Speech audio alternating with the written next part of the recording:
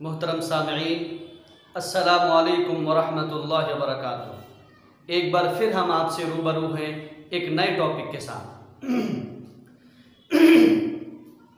आज का जो हमारा टॉपिक है वह है कुर्बानी के जानवर ज़बह करने की दुआ।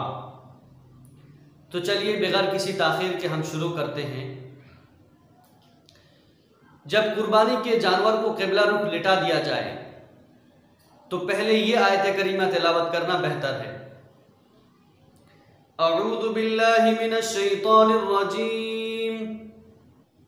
इन्नी वज्जहतु वजहिया लिल्लज़ी फ़तरस समावाति वल अर्द हनीफ़न वमा अना मिनल मुशरिकीन। इन्ना सलाती व नुसुकी व महयाया व ममाती लिल्लाहि रब्बिल आलमीन। सदक़ल्लाहुल अज़ीम। सूरतुल अनआम आयत नंबर 79। और ज़बह करने से पहले ये दुआ अगर याद हो तो पढ़ें, अल्लाहुम्मा मिनका वलका, फिर बिस्मिल्लाह अल्लाहु अकबर कह के ज़बह कर दें। और ज़बह करने के बाद ये दुआ अगर याद हो तो पढ़ें, अल्लाहुम्मा तक़ब्बलहु मिन्नी कमा तक़ब्बलत मिन हबीबिका मुहम्मद व खलीलिका इब्राहीम अलैहिमा अस्सलातु वस्सलाम।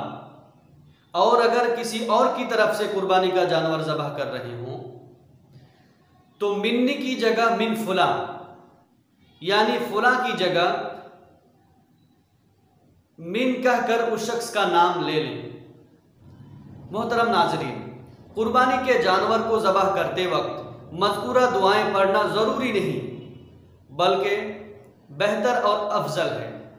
अगर किसी ने सिर्फ बिस्मिल्लाह अल्लाहु अकबर कहकर कुर्बानी के जानवर को ज़बह किया तो कुर्बानी हो जाएगी और गोश्त खाना भी दुरुस्त होगा। तो आज के वीडियो में बस इतना ही। इंशाअल्लाह बहुत जल्द हम किसी और टॉपिक के साथ आपकी खिदमत में हाजिर होंगे। जज़ाकल्लाहु खैरन व अहसनुल जज़ा।